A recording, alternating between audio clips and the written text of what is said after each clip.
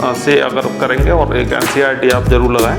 NCERT बहुत helpful होती है एक एक टॉपिक को समझने के लिए। तो देखते हैं आगे। हेलो स्टूडेंट्स, इस वीडियो में हम करेंगे एप्लीकेशन ऑफ गॉस लॉ, जो लास्ट बचा था। इससे पहले सारे 4 जो थे एप्लीकेशन वो कर चुके हैं। 6 एप्लीकेशन होते हैं 12th क्लास में, लेकिन अभी 5 आपको करने हैं, एक हटा दिया गया है। तो ये लास्ट वाला एक एप्लीकेशन बचा है, इसको देखते हैं।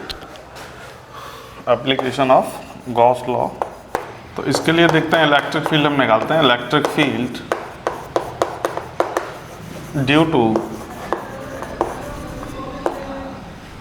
a uniformly charged thin spherical cell। तो आपको इलेक्ट्रिक फील्ड निकालना है और आपको कंसीडर करना है, किसके लिए निकालना है, एक स्फेरिकल सेल आपको कंसीडर करनी है जिसके कारण इलेक्ट्रिक फील्ड क्या होगा ये आपको निकालना है। तो इसके लिए हम एक सेल कंसीडर कर लेंगे। सपोज टू बी दैट कि मेरे पास एक स्फीयर है इस तरीके से, और इस पर चार्ज है जो कि यूनिफॉर्मली डिस्ट्रीब्यूटेड है, और इस पर चार्ज मैंने ले लिया पॉजिटिव चार्ज। ये पॉजिटिव चार्ज कंटेनिंग है इस पर, और इस स्फीयर की आप रेडियस कंसीडर कर लें। ये हो जाएगा सेंटर, और ये इसकी मान लीजिए आप रेडियस r। ठीक है, तो ये हमारे पास एक स्फीयर है और इसके लिए 2 जगह आप इलेक्ट्रिक फील्ड निकालते हैं। एक तो आपसे पूछा जा सकता है कि इसके अंदर क्या होगा इलेक्ट्रिक फील्ड। तो अगर इनसाइड अगर निकालेंगे तो इसके लिए एक दूसरा स्फीयर कंसीडर कर लेंगे, और एक इसके आउटसाइड के लिए 2 कंडीशन आपसे पूछी जा सकती हैं, जिसके लिए हम निकालेंगे electric field for both these condition. तो ये 2 स्फीयर, एक है इनसाइड और एक है आउटसाइड। तो इसको क्या बोलेंगे, आउटसाइड गॉसियन सरफेस। इसको क्या बोल सकते हैं, इनसाइड गॉसियन सरफेस।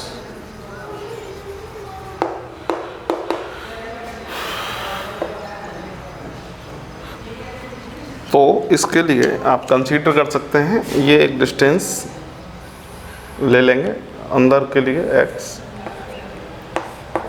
सबसे पहले हम अंदर इसको कैलकुलेट करेंगे इलेक्ट्रिक फील्ड क्या होगा। तो आप इस तरीके से लिख देंगे, at a point inside the charged shell. और इसके लिए आप लिख सकते हैं x is less than r, क्योंकि हमारे पास जो चार्ज सेल है उसकी रेडियस हमने r कंसीडर की है। ठीक है, और जो अंदर का स्फीयर है उसके लिए आपने x कंसीडर किया है। तो सपोज टू बी दैट ये एक एलिमेंट आप इस स्फीयर पर ले लेंगे, इसको आप p पॉइंट ले सकते हैं और इसको सॉल्व कर लेंगे। देखिए, ये एक सरफेस है जिस पर चार्ज है, एक आपका स्फेरिकल सेल है, और इसके अंदर एक अनदर गॉसियन सरफेस आपने स्फेरिकल कंसीडर की है, जहां आपको इलेक्ट्रिक फील्ड कैलकुलेट करना है। इलेक्ट्रिक फील्ड इस जगह क्या कैलकुलेट होगा। ठीक है, तो आप इसके लिए कैलकुलेट करेंगे इलेक्ट्रिक फील्ड। तो हम जानते हैं प्रॉपर्टी कि ये अगर स्फेरिकल सेल है जिस पर चार्ज है, और इसके अंदर जो स्फेरिकल सेल है इस पर कोई भी चार्ज नहीं है, नेट चार्ज आपको क्या मिलता है यहाँ पर, नो नेट चार्ज। ठीक है, तो अगर इस सेल पर कोई चार्ज नहीं है तो इलेक्ट्रिक फील्ड क्या होगा। तो बहुत आसान है, कॉमन सेंस वाली बात है ये। Yet there is no net charge. तो क्या लिख सकते हैं, Q इज इक्वल्स टू 0। ठीक है, तो अगर Q इक्वल्स टू 0 है तो इलेक्ट्रिक फील्ड क्या होगा, इसके लिए आप फ्रॉम गॉस लॉ अप्लाई कर सकते हैं। फ्रॉम गॉस लॉ क्या होता है, closed integration E dot D S equals to Q upon epsilon naught. ठीक है, और Q की वैल्यू क्या है, Q की वैल्यू है 0। तो Q की वैल्यू अगर 0 है तो देखिए इलेक्ट्रिक फील्ड कितना आ जाएगा, सिंपल सी बात है, आप इसको सॉल्व करेंगे 0 हो जाएगा। Closed integration E dot D S equals to 0 हो जाएगा। अगर ये 0 हो गया तो E कितना आ जाएगा, इलेक्ट्रिक फील्ड कितना आ जाएगा, 0 आ जाएगा। तो अगर कोई स्फेरिकल चार्ज सेल है आपके पास, तो अगर उसके अंदर आपने इलेक्ट्रिक फील्ड निकालना है तो कितना निकला है, electric field 0। There is no electric field, there is no electric field inside the charge shell. अगर चार्ज सेल आपने कंसीडर किया है तो इसके अंदर क्या इलेक्ट्रिक फील्ड रहेगा, 0 रहेगा। ठीक है, सेकंड पॉइंट देखेंगे, इसके आउटर रेंज में ये जो दूसरी सरफेस आपने कंसीडर किया है, यहाँ कितना इलेक्ट्रिक फील्ड रहेगा। तो इसके लिए आप कंसीडर कर लेंगे इस तरीके से कि ये हमारा एक सरफेस है जो आपने एज्यूम किया है और इस पर एक एलिमेंट आप कंसीडर कर सकते हैं, इसको आप P पॉइंट मान सकते हैं। ये डिस्टेंस है, इसको आप कुछ भी ले सकते हैं, एज्यूम कर सकते हैं। तो इसको आपने क्या कंसीडर कर लिया, अब मान के चलो ये भी क्या है, x है। ठीक है, डिस्टेंस। अच्छा, तो इलेक्ट्रिक फील्ड की डायरेक्शन क्या होगी, चार्ज सेल ये अंदर है तो इलेक्ट्रिक फील्ड की डायरेक्शन क्या हो जाएगी, आउटसाइड इस तरीके से हो जाएगी, बाहर की तरफ। ठीक है, इसका अगर मैं एरिया वेक्टर लिखूंगा तो ये भी बाहर की तरफ होगा, क्योंकि कोई भी क्लोज सरफेस होती है तो उसका एरिया वेक्टर कहाँ लेते हैं, आउटसाइड लेते हैं। तो ds बाहर हो गया। ठीक है, तो ये मेन चीज़ है। तो ये अगर आपको पैरेलल, ये देखो दोनों का रिलेशन क्या है, ये दोनों पैरेलल हैं तो थीटा दोनों के बीच में क्या मिल जाएगा, 0 मिल जाएगा। तो इसको सॉल्व कर लेंगे, तो इसके लिए लिख देंगे इस तरीके से, at a point outside, at a point outside the charged cell, इसको आप क्या लिख सकते हैं, x is greater than, when x is greater than r, when x is greater than r। तो आप लगा दें फ्रॉम गॉस लॉ। तो गॉस लॉ से आप जो है इसको इलेक्ट्रिक फील्ड को कैलकुलेट कर सकते हैं। ठीक है, तो देखते हैं कैसे करेंगे। ये आपने गॉस लॉ लगा दिया, closed integration E dot D S equals to Q upon epsilon naught. ये आपका गॉस का फॉर्मूला होता है, गॉस लॉ होता है। तो इसको क्या लिख सकते हैं, integrating with surface Q upon epsilon naught, ये ऐसा लिख जाएगा। तो ये चूंकि स्फीयर है, इसका इंटीग्रेशन करेंगे, क्या लगा देंगे, 4 पाई r स्क्वायर होता है सरफेस एरिया। तो ये इस तरीके से लिख देंगे, E इंटू 4 पाई r क्या है, x आपने कंसिडर किया है for outer shell, x consider किया है तो 4 पाई x स्क्वायर हो जाएगा, 4 pi x square equals to Q upon epsilon naught.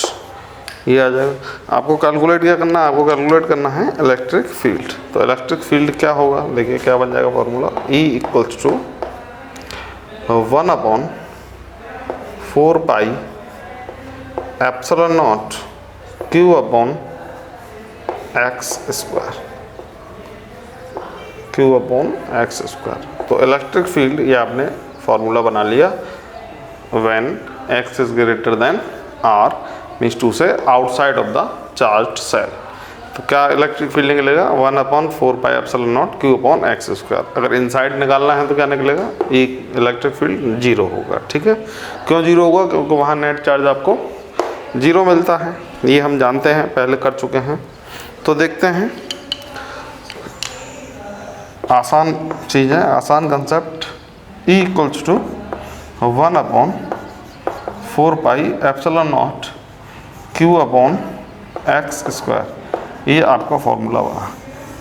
तो x क्या है, बेसिकली इस सेल से डिस्टेंस है ये, जो कि x इस जो सरफेस को आपने एज्यूम किया है और इसके सेंटर से ये इसकी डिस्टेंस है x। आप इस x को इंक्रीज करते जाएंगे, दूर लेते जाएंगे, फार अभी मतलब दूर चले जाएंगे। तो देखिए x की वैल्यू अगर आप बढ़ाते चलेंगे तो इलेक्ट्रिक फील्ड क्या हो जाएगा, कम हो जाएगा। तो जितना वैल्यू x की बड़ी होगी उतना इलेक्ट्रिक फील्ड कम हो जाएगा, और x की वैल्यू जितना आप कम करेंगे उतना इलेक्ट्रिक फील्ड बढ़ जाएगा। ठीक है, तो इलेक्ट्रिक फील्ड कहाँ आएगा ज़्यादा, यहाँ इस सरफेस पर आ जाएगा। जितना दूर करेंगे उतना इलेक्ट्रिक फील्ड कम होता जाएगा।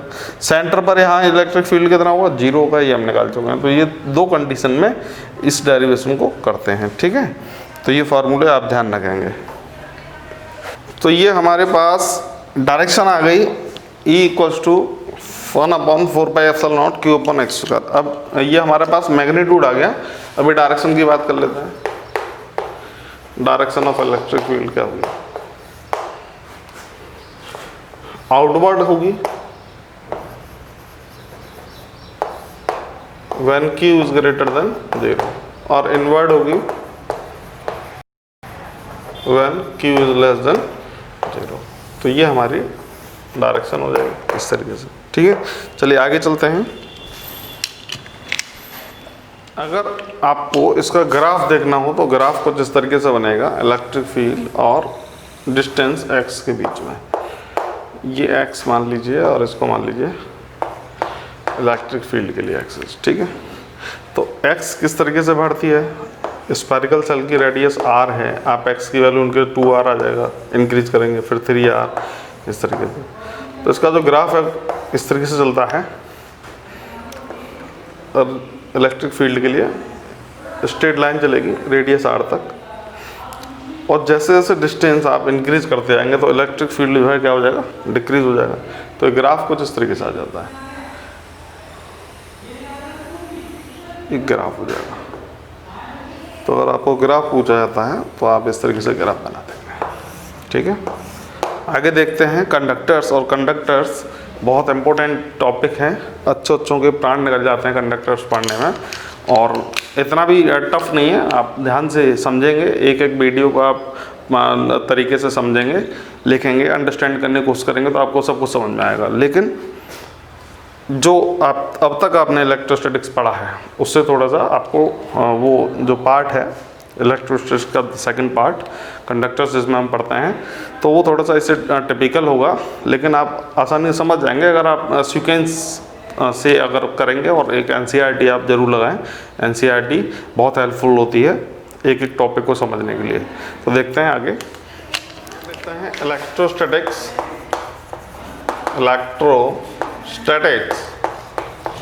इन कंडक्टर्स। तो इलेक्ट्रोस्टैटिक्स इन कंडक्टर्स देखते हैं कि कंडक्टर्स में इलेक्ट्रोस्टैटिक्स किस तरीके से रोल प्ले करती है। तो आप जानते हैं कंडक्टर्स क्या होते हैं। जो भी दुनिया में मटेरियल हैं इनको 2 पार्ट में डिवाइड किया गया है, बेसिकली 3 पार्ट में।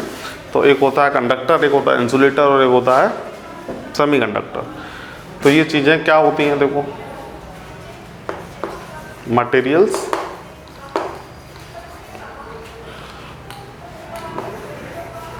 Are broadly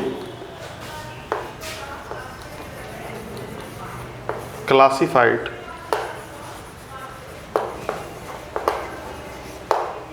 in conductors and insulators।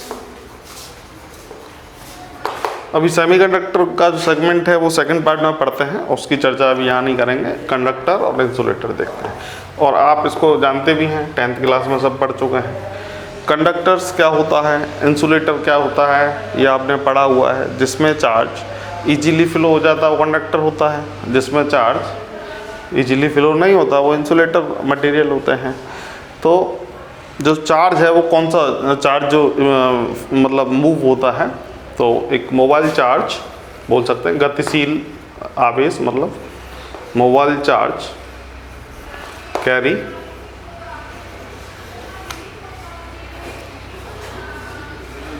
The material in विच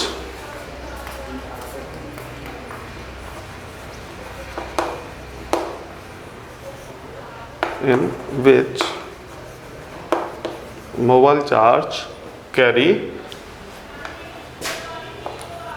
और रूम भी लिख सकते हैं with in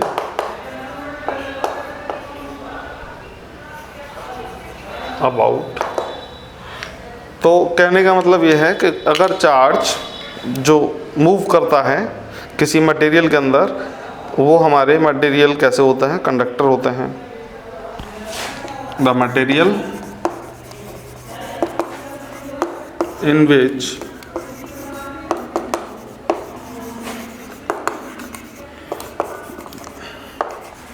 the mobile charge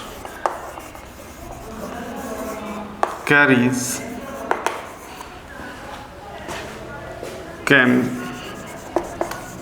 roam about freely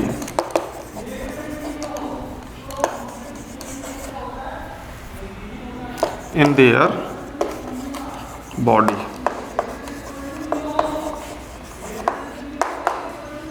तो ऐसा मटेरियल जिसमें चार्ज जो है, फ्री इलेक्ट्रॉन जो है मूव हो सकते हैं, वो क्या होते हैं, कंडक्टर होते हैं। जिसमें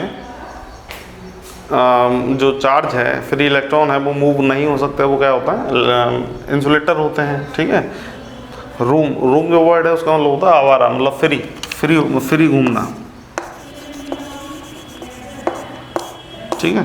तो ऐसे इलेक्ट्रॉन जो घूम सकते हैं फ्रीली किसी मटेरियल के अंदर, तो उसको बोलते हैं फ्री इलेक्ट्रॉन। ठीक है। तो फ्री इलेक्ट्रॉन जिसमें मूव हो सकते हैं जिस मटेरियल में, वो कंडक्टर्स होते हैं। जैसे कोई मेटेलिक कंडक्टर ले सकते हैं आप, स्टील ले लें फॉर एन एग्जांपल, गोल्ड ले लें, सिल्वर ले लें,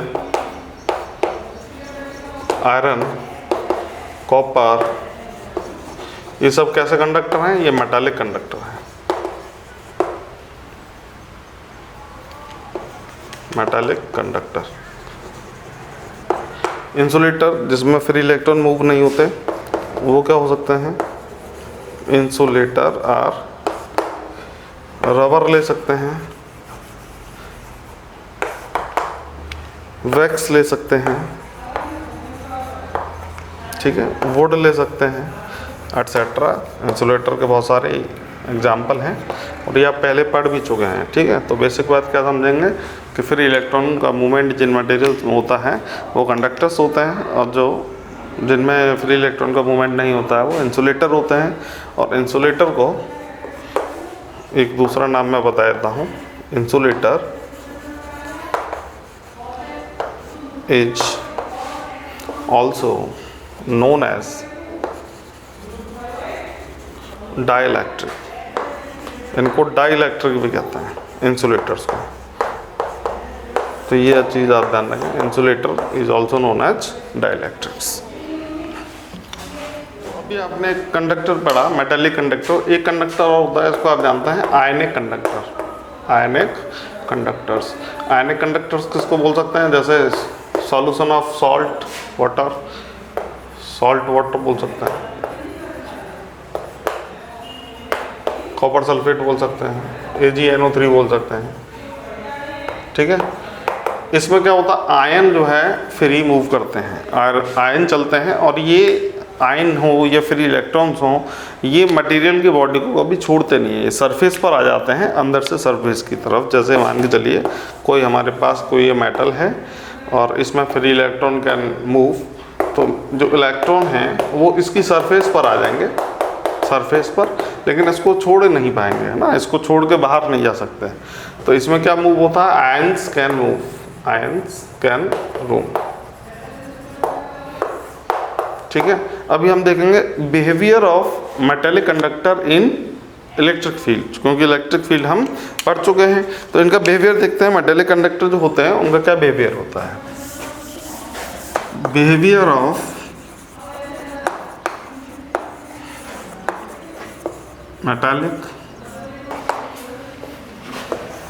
मेटालिक कंडक्टर्स का इलेक्ट्रिक फील्ड में क्या बिहेवियर होता है ये समझेंगे। तो इसके लिए हम देख लेंगे, कोई एक ब्लॉक कंसीडर किया आपने, कोई मटेरियल है मेरे पास, कोई कंडक्टर है इस तरीके से, और इसको आपने कहाँ रख दिया, इलेक्ट्रिक फील्ड में रख दिया। तो इलेक्ट्रिक फील्ड की डायरेक्शन को जिस तरीके से ले लेते हैं, ये इलेक्ट्रिक फील्ड की डायरेक्शन हो जाएगी। तो इलेक्ट्रिक फील्ड की प्रॉपर्टी, जैसा कि आप जानते हैं इलेक्ट्रिक फील्ड की प्रॉपर्टी क्या होती है। इलेक्ट्रिक फील्ड जो होता है वो ऑरिजिनेट होता है पॉजिटिव से और टर्मिनेट होता है नेगेटिव पर। तो अगर ये इसकी इलेक्ट्रिक फील्ड की डायरेक्शन कुछ इस तरीके से है जो आपको दिखाई दे रही है बोर्ड पर, तो इधर से आती हुई दिखाई दे रही है, उधर जाती हुई दिखाई दे रही है, तो हम क्या समझ जाएंगे कि ऑरिजिनेट होती हैं पॉजिटिव चार्ज से, तो पॉजिटिव चार्ज इधर है और नेगेटिव चार्ज इधर है। तो इस मेटल के ये जो मैंने बॉडी कंसीडर की है, इसके जो फ्री इलेक्ट्रॉन है वो कैसे मूव करेंगे, फ्री इलेक्ट्रॉन इस तरीके से मूव करेंगे। ये नेगेटिव चार्ज है इसमें, तो नेगेटिव चार्ज जो है फ्री इलेक्ट्रॉन ये इधर मूव करना चालू कर देंगे ड्यू टू द अट्रैक्शन। तो क्या हो जाएगा, सारे के सारे नेगेटिव फ्री इलेक्ट्रॉन इधर आ जाएंगे और इधर क्या हो जाएगा, इधर पॉजिटिव आ जाएंगे, इधर पॉजिटिव आ जाएंगे। ठीक है, तो ये जो है इलेक्ट्रॉन का जो मूवमेंट है, ठीक है, इसको क्या बोलेंगे, इसको बोलते हैं हम इंड्यूस्ड करंट। इंड्यूस्ड करंट, ठीक है। ये क्या है, ये है external electric field. External electric field, जब इनका मूवमेंट होगा तो इसके अंदर का जो इलेक्ट्रिक फील्ड है उसको क्या बोलेंगे, induced electric field. Induced electric field.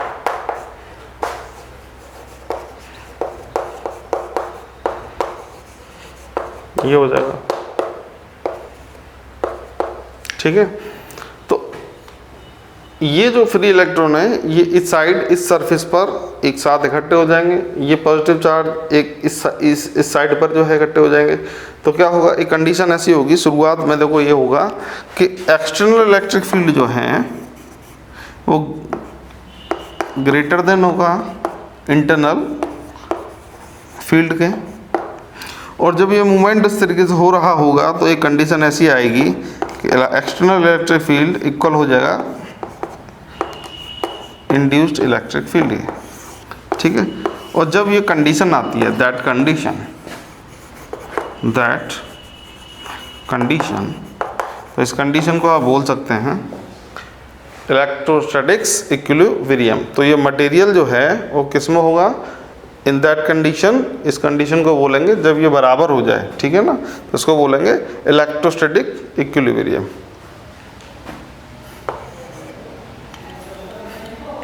That condition in which external electric field is equal to induced electric field is equals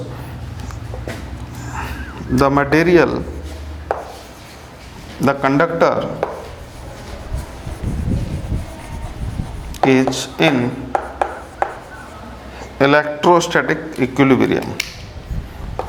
Electrostatic equilibrium।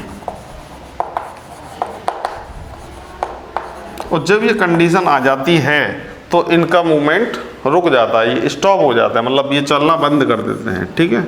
और चलना बंद कर देंगे तो क्या हो जाएगा, चलना बंद कर देंगे तो करंट नहीं होगा, करंट एब्सेंट हो जाएगा, है ना। क्योंकि करंट की डेफिनेशन क्या होती है, the flow of charge, the rate of flow of charge is called current. तो ये रुक जाएंगे तो ऐसी कंडीशन में क्या होगा, इक्विलिब्रियम की कंडीशन में क्या होगा, करंट भी नहीं होगा, ठीक है।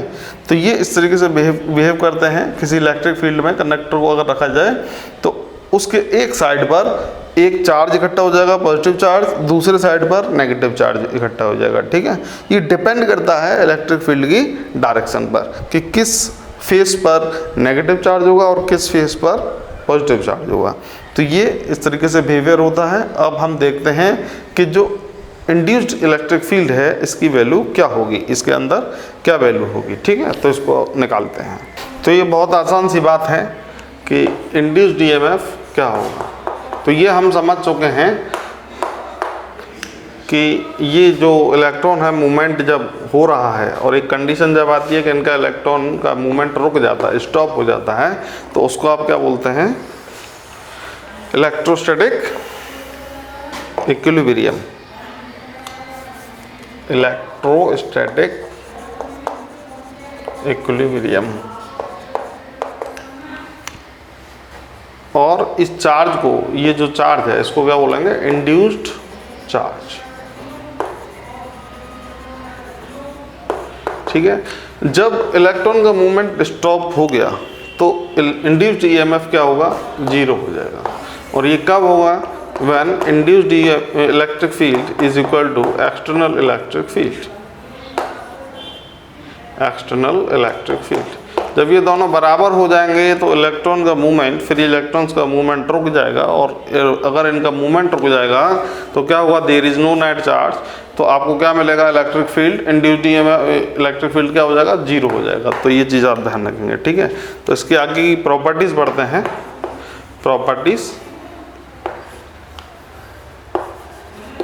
तो प्रॉपर्टीज़ देखते हैं क्या प्रॉपर्टीज़ होगी, ठीक है। तो ये हमारा बिहेवियर था, इस तरीके से बिहेव करते हैं, इसको याद रखेंगे।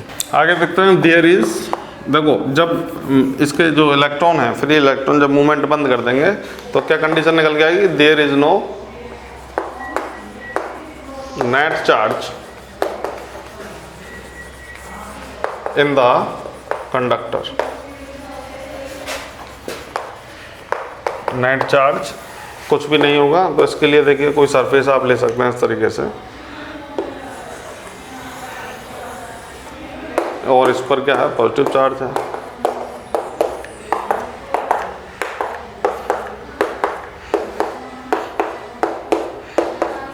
इलेक्ट्रिक फील्ड आपको पता है अंदर क्या होगा, 0 होगा, क्योंकि सारे के सारे चार्ज कहाँ आ गए, सरफेस पर आ गए। तो इसको देख लेते हैं कि इसके अंदर चार्ज क्या होगा, according to Gauss law, as per Gauss law.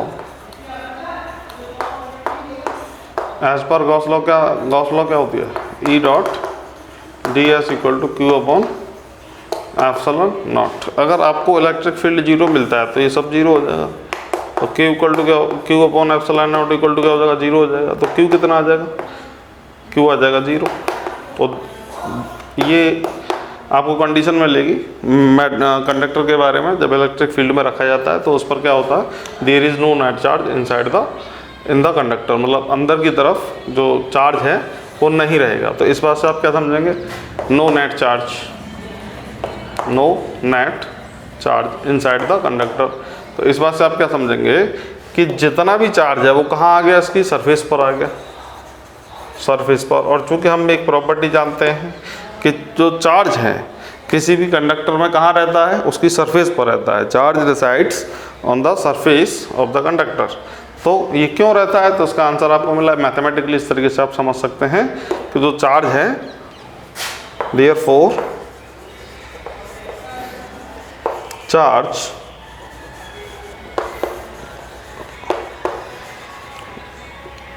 on the surface of the conductor, ठीक है। इलेक्ट्रिक फील्ड 0 होगा और नेट चार्ज भी 0 होगा इसका। आगे देखते हैं अगली कंडीशन।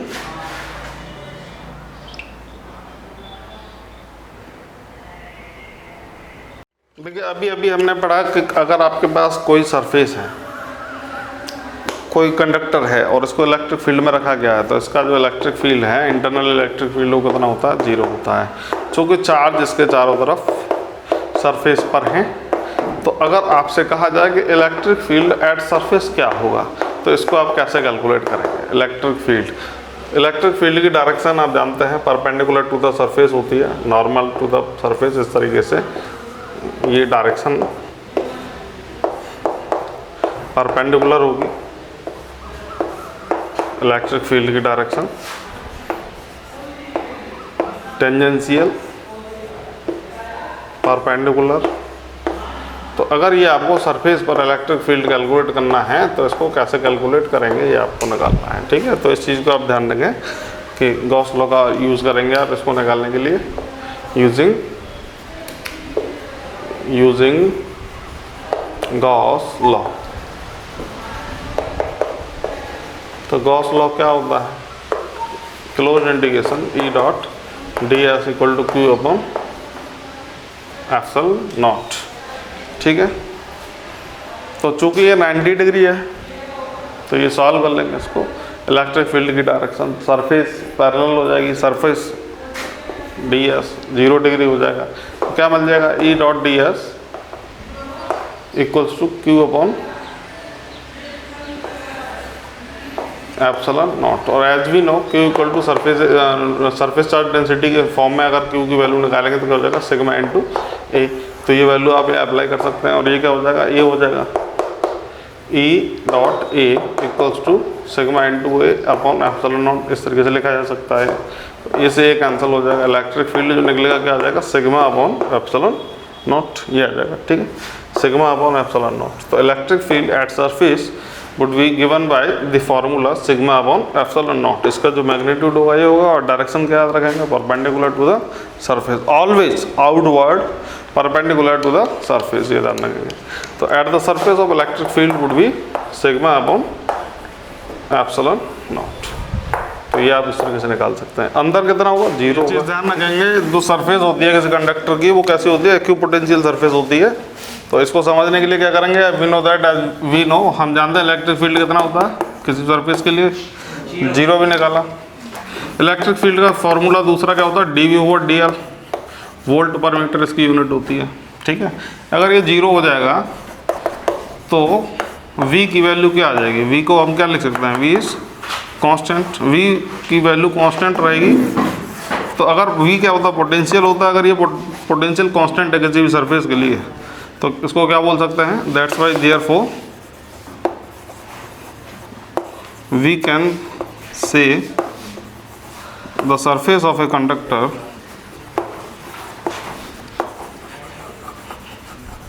Is equipotential. इक्यू मतलब बराबर पोटेंशियल, यानी कांस्टेंट रहेगा, पोटेंशियल चेंज नहीं होगा, इसलिए ये शब्द बोला हमने इक्विपोटेंशियल सरफेस। तो इक्विपोटेंशियल सरफेस,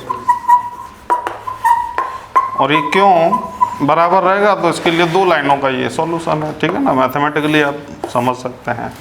तो इससे पहले जो हमने अभी बताया था उसको और समझ लेते हैं एक बार।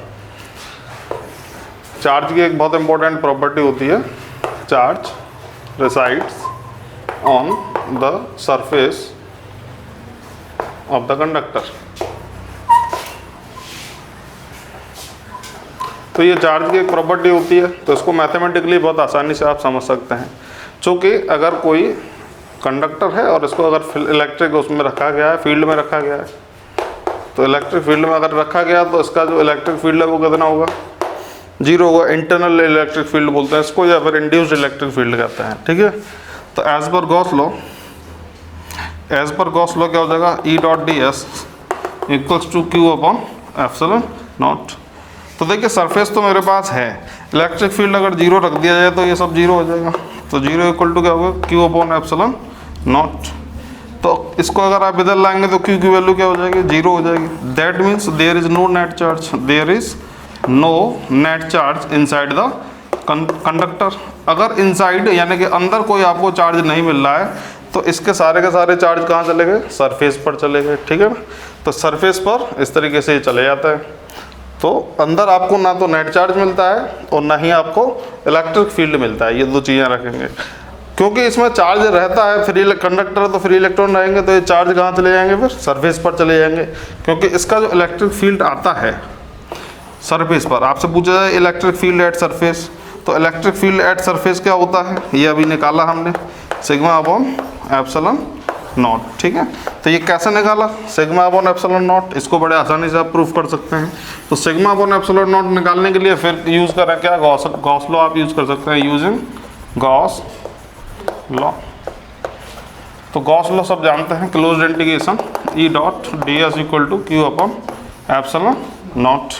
आपको क्या निकालना है, ई निकालना है, इलेक्ट्रिक फील्ड निकालना है, तो उसको क्या लिख सकते हैं, close integration d s equal to, इसको आप सिग्मा के टर्म में अगर लिखेंगे सरफेस चार्ज डेंसिटी के टर्म में, तो ये हो जाएगा सिग्मा इंटू ए। क्यू की वैल्यू क्या होती है, सिग्मा इंटू ए। तो सिग्मा इंटू ए अपन क्या हो जाएगा, एप्सिलॉन नॉट हो जाएगा। इसकी वैल्यू क्या हो जाएगी, ए हो जाएगी, sigma A upon epsilon naught. A से ए को काटा, ठीक है, तो ई की वैल्यू क्या हो जाएगी, सिग्मा अपॉन एप्सिलॉन नॉट। तो ये जो फॉर्मूला ये किसके लिए आता है, किसी भी कंडक्टर के सरफेस पर इलेक्ट्रिक फील्ड निकालना हो, ठीक है।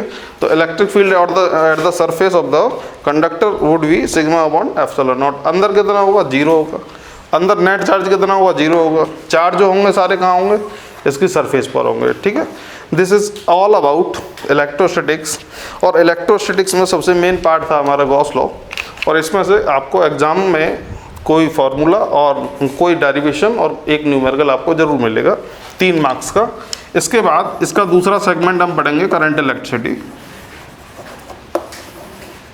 Current electricity as per NCERT, और इसको बोलते हैं कंडक्टर भी बोलते हैं। ये भी काफ़ी इंपॉर्टेंट है, तो इसको समझने के लिए आपको ब्रेन चाहिए, और एनसीईआरटी आपकी मेन जो फॉलोवर बुक है उसको आप फॉलो कर सकते हैं, ठीक है। तो गॉस लॉ के जितने भी न्यूमेरिकल हैं बेस्ड ऑन गॉस लॉ, वो आप जरूर प्रैक्टिस कर लें एनसीईआरटी से, क्योंकि एक न्यूमेरिकल उसके साथ अटैचमेंट में जरूर आएगा किसी डेरिवेशन के साथ, ठीक है। ये छोटी छोटी प्रॉपर्टीज आपको पता होनी चाहिए, अगर आप इनको भूल जाओगे तो न्यूमेरिकल करने में दिक्कत आएगी। Thanks a lot.